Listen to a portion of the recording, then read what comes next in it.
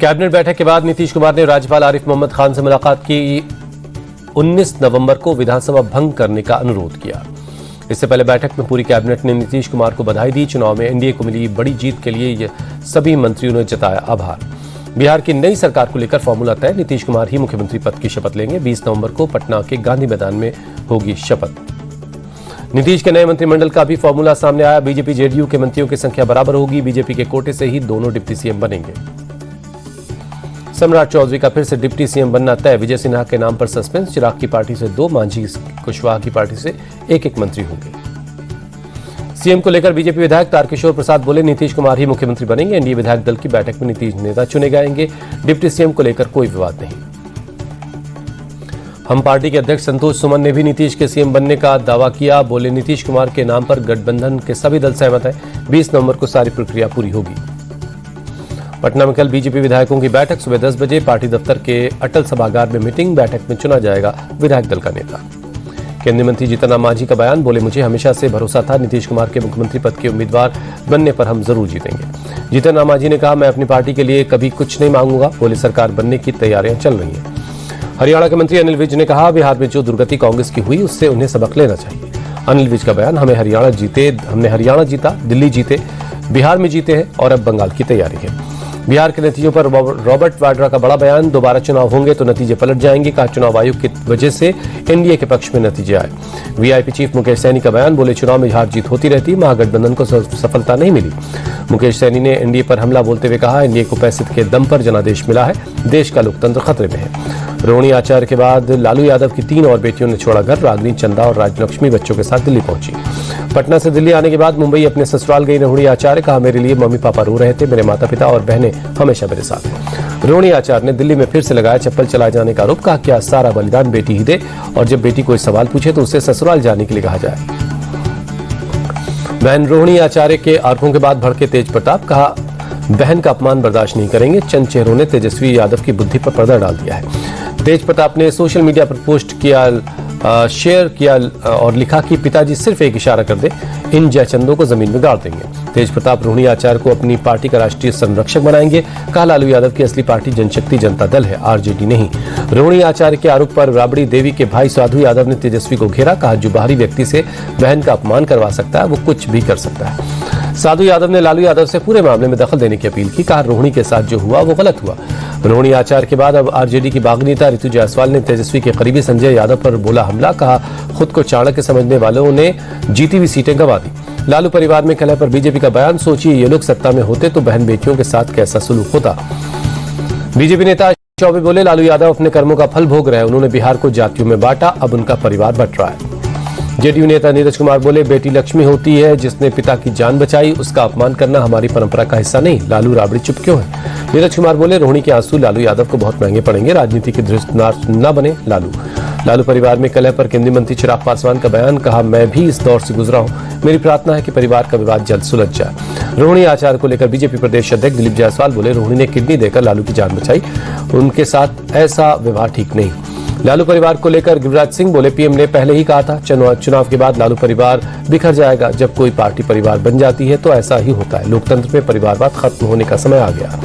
रोहिणी के घर छोड़ने पर जीतन राम मांझी का बयान। बोले, रोहिणी और दूसरी बहनों का घर छोड़ना दुखद है। तेजस्वी ने ऐसा क्यों किया, ये जांच का विषय।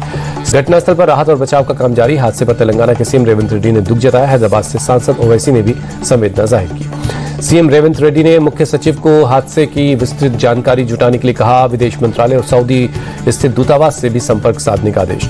ओवैसी ने विदेश मंत्री एस जयशंकर से शवों को वापस जल्द से जल्द भारत लाने की अपील की है। घायलों को उचित इलाज मुहैया करवाने की भी अपील की। सऊदी बस हादसे के बाद जद्दा में भारतीय दूतावास ने कंट्रोल रूम बनाया। हेल्पलाइन नंबर जारी किया गया है। विदेश मंत्री एस जयशंकर ने सऊद बस हादसे पर दुख जताया। रियाद स्थित दूतावास को दुर्घटना से प्रभावित भारतीय नागरिकों और उनके परिवार को मदद पहुंचाने के लिए कहा। सऊदी में हुए बस हादसे पर पीएम मोदी ने दुख जताया। मृतकों के परिवार के प्रति संवेदना जाहिर की। घायलों के जल्द ठीक होने की कामना की। दिल्ली आतंकी धमाके के बाद army chief general Upendra Dwivedi ने पाकिस्तान को दी धमकी। ऑपरेशन सिंदूर 2.0 लॉन्च करने की चेतावनी दी। आर्मी चीफ बोले, आतंक को बढ़ावा देने वालों को करारा जवाब देंगे। पानी और खून एक साथ नहीं चल सकता। जनरल द्विवेदी बोले, अगर आप ब्लैकमेल करेंगे तो हम शांत नहीं बैठेंगे। 7 मई को हुए ऑपरेशन सिंदूर पर सेना प्रमुख ने कहा, मूवी शुरू भी नहीं हुई थी कि हमने पाकिस्तान को 88 घंटों में समझा दिया। दिल्ली धमाके में गिरफ्तार आमिर की पटियाला हाउस कोर्ट में पेशी। कोर्ट ने 10 दिनों की NIA कस्टडी में भेजा। आमिर पर उमर के साथ मिलकर साजिश रचने का आरोप है। फरीदाबाद टेरर मॉड्यूल के मामले में जांच हुई तेज। क्राइम ब्रांच ने अल-फलाह यूनिवर्सिटी के चेयरमैन जावेद अहमद को पूछताछ के लिए समन भेजा। दिल्ली कार ब्लास्ट के मामले में कानपुर का GSVM मेडिकल कॉलेज फिर चर्चा में है। मेडिकल कॉलेज के डॉक्टर्स पर जांच एजेंसी की नजर है। कानपुर मेडिकल कॉलेज से 7 और डॉक्टर लापता हैं। टेरर मॉड्यूल में सुरक्षा एजेंसियां तलाश कर रही हैं। अल-फलाह यूनिवर्सिटी पर बुलडोजर एक्शन के बाद की है तैयारी। जांच के बाद गिराया जा सकता है अवैध हिस्सा। सूत्रों के मुताबिक सरकारी और ग्रामीण रास्तों पर यूनिवर्सिटी का कब्जा है। ब्लास्ट को लेकर हरियाणा के नूंह में जांच। दिल्ली पुलिस ने हिदायत कॉलोनी में जांच पड़ताल की। दिल्ली ब्लास्ट के मामले में एजेंसी की जांच तेज हुई। सूत्रों के मुताबिक पिछले साल से एक सुसाइड बॉम्बर ढूंढ रहा था उमर पर सुसाइड बॉम्बर तैयार करने की जिम्मेदारी थी। जसीर उर्फ दानिश को सुसाइड बनाना चाहता था उमर। दानिश को अल-फलाह यूनिवर्सिटी के पास कमरे में रखा गया था। आतंकी शाहीन को लेकर बड़ा खुलासा। यूपी के 3 शहरों में शाहीन के बैंक अकाउंट मिले। करोड़ों का लेन देन हुआ। लखनऊ, कानपुर, सहारनपुर में थे बैंक अकाउंट्स। आतंकी शाहीन ने भाई परवेज को भी रकम भेजी थी। शाहीन वीडियो कॉल पर चलाती थी क्लास। व्हाट्सएप ग्रुप में 100 से ज्यादा लोगों को जोड़ा था। कट्टरता का पाठ पढ़ाते थे शाहीन और उसके भाई परवेज युवाओं को आतंकी बनाने के लिए भड़काऊ बयानबाजी करते थे। जैश के आतंकियों से मिले थे उमर और मुजम्मिल। तुर्की में जैश के आतंकियों से हुई थी मुलाकात। आतंकियों से मुलाकात के बाद जुटाया था विस्फोटक। शामली पहुंचे कांग्रेस प्रदेश अध्यक्ष अजय राय। दिल्ली विस्फोट में जान गंवाने वाले नुमान अंसारी के परिवार से मुलाकात की। अजय राय ने सरकार से की मांग। कहा, पीड़ित परिवार को 1 करोड़ की मदद और सरकारी नौकरी दी जाए। श्रीनगर के नौगाम पुलिस स्टेशन में ब्लास्ट की जांच हुई तेज। घटनास्थल पर NSG बॉम्ब स्क्वाड ने चलाया तलाशी अभियान। PDP चीफ महबूबा मुफ्ती बोली, नौगाम ब्लास्ट की जिम्मेदारी सरकार ले, दोषियों के खिलाफ कार्रवाई हो। बीजेपी नेता रवींद्र रैना ने हादसे में मारे गए एक शख्स से परिवार से मुलाकात की। हर मुमकिन मदद का भरोसा दिया। रक्षा मंत्री राजनाथ सिंह ने special intensive revision SIR form भरा। मतदाता प्रक्रिया में शामिल हुए। लखनऊ में 39 लाख वोटर्स की SIR प्रक्रिया होनी है। 12 राज्य और केंद्र शासित प्रदेशों में SIR पार्ट 2 जारी है। अब तक 49 करोड़ से ज्यादा वोटर्स को वेरिफिकेशन फॉर्म मिला है। बाला साहब ठाकरे की पुण्यतिथि आज। मुंबई में स्मृति स्थल पहुंचे उद्धव और राज ठाकरे। बाला साहब को दी श्रद्धांजलि। पंजाब के फिरोजपुर में RSS नेता के बेटे को गोली मारकर हत्या। आरोपियों की तलाश में जुटी है पुलिस। बीजेपी सांसद रवनीत बिट्टू ने कानून व्यवस्था पर उठाया सवाल। का पंजाब में कोई सुरक्षित नहीं। केरल में RSS वर्कर आनंद के थम्पी ने दी जान। निकाय चुनाव में बीजेपी से टिकट नहीं मिलने के बाद सुसाइड किया। आनंद के थम्पी के सुसाइड पर बोले कांग्रेस सांसद शशि थरूर, बीजेपी को इसकी जांच करनी चाहिए। पार्टी में आखिर क्या चल रहा है। गुजरात के गांधीनगर में अतिक्रमण के खिलाफ बुलडोजर एक्शन। सरकारी जमीन पर बनी दरगाह को हटाया गया। सोनभद्र में पत्थर की खदान धंसने के बाद दूसरे दिन भी रेस्क्यू अभियान। NDRF और SDRF की टीम राहत और बचाव के काम में लगी। अब तक 1 शव बरामद हुआ। शनिवार को धंसी थी खदान। यूपी के शाहजहांपुर में STF का बड़ा ऑपरेशन। लूटपाट के 5 शातिर अपराधियों को दबोचा। खूंखार बदमाश गाजी के सीने में गोली लगी। बदमाशों की गोली लगने से एक जवान जख्मी। लखनऊ, कानपुर, देवबंद और मुरादाबाद समेत कई शहरों में ATS का छापा। 1 दर्जन से ज्यादा संदिग्धों से पूछताछ। शाहीन और परवे के संपर्क में होने का खुलासा। नोएडा के सेक्टर 18 में कृष्णा प्लाजा में शॉर्ट सर्किट से आग लग गई। दमकल की 15 गाड़ियों ने आग पर काबू पाया। हादसे में किसी के हताहत होने की खबर नहीं है। प्रतापगढ़ में पुलिस और बदमाशों के बीच मुठभेड़। 2 बदमाश गिरफ्तार। 1 दर्जन से ज्यादा मामलों में आरोपी थे। पिस्टल और बाइक बरामद। सीतापुर में पुलिस की बदमाशों से मुठभेड़। जवाबी कार्रवाई में घायल हुआ बदमाश। घायल बदमाश को इलाज के लिए अस्पताल में भर्ती करवाया गया। पूछताछ चल रही है। सीतापुर में उधार सिगरेट नहीं देने पर चाकू से हमला। बदमाश ने दुकानदार के बेटे को चाकू मारा। हालत गंभीर है। मौके पर पहुंचकर पुलिस जांच में जुटी है। मुरादाबाद में मनचलों का आतंक। नाबालिग छात्रा से साइकिल सवार एक शख्स ने अश्लील हरकत की। CCTV में कैद हुई घटना। आरोपी की तलाश में जुटी है पुलिस।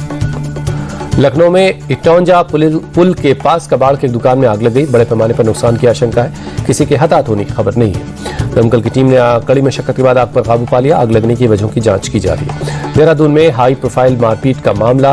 पूर्व विधायक प्रणव चैंपियन के बेटे ने बीच सड़क पर पूर्व मुख्य सचिव के बेटे को जमकर पीटा। कानून व्यवस्था पर उठा सवाल। ओवरटेक करने को लेकर हुआ था विवाद। मारपीट के दौरान जमकर लात घूसे चले। पिस्तौल लहराते हुए जान से मारने की धमकी दी। केस दर्ज कर जांच कर रही पुलिस।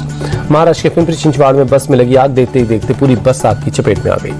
हादसे में किस तरह की जनहानि की खबर नहीं है। फायर ब्रिगेड की टीम ने आग पर काबू पा लिया है।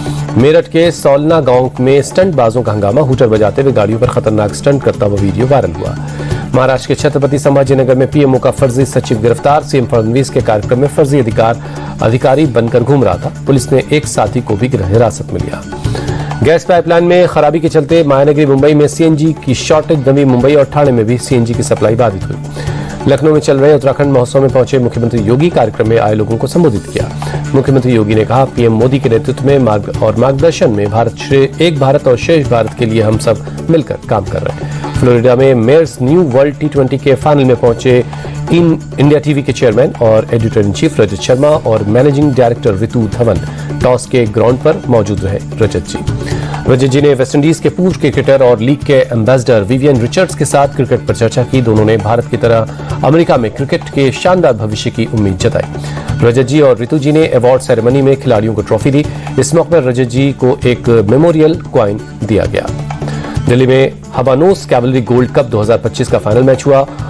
ऑप्टिमस अचीवर्स और जिंदल पैंथर्स के बीच खेला गया मैच को ऑप्टिमस अचीवर्स ने 8-7 से जीत लिया। जनरल उपेंद्र द्विवेदी और भारतीय पोलो संघ के अध्यक्ष फाइनल मैच के मुख्य अतिथि रहे। चिंगारी के अध्यक्ष चेतन सेठ ने कार्यक्रम का आयोजन किया। दिल्ली के इंडिया गेट इलाके में बेहद खराब श्रेणी में पहुंचा प्रदूषण। धुंध की मोटी परत में छिपा है इंडिया गेट। सांस लेना हुआ दूभर। दिल्ली के आनंद विहार इलाके में भी सांस लेना मुश्किल हुआ। एयर क्वालिटी इंडेक्स 383 दर्ज हुआ। बेहद खराब श्रेणी में पहुंचा प्रदूषण। धुंध के चलते विजिबिलिटी भी काफी कम है। दिल्ली के अक्षरधाम इलाके में भी प्रदूषण बढ़ा। AQI 382 दर्ज हुआ। धुंध की सफेद चादर में छिपा है अक्षरधाम मंदिर। श्रीनगर में रोइंग चैंपियनशिप का आयोजन। वाटर स्पोर्ट्स में युवाओं की भागीदारी को बढ़ावा देने के लिए इसका आयोजन हुआ। बांग्लादेश की आज खास अदालत पूर्व पीएम शेख हसीना के खिलाफ सुनाएगी फैसला। 2024 में आंदोलन के दौरान 1400 से ज्यादा हत्या का आरोप है। अंतरिम सरकार ने शेख हसीना को मौत की सजा देने की मांग की है।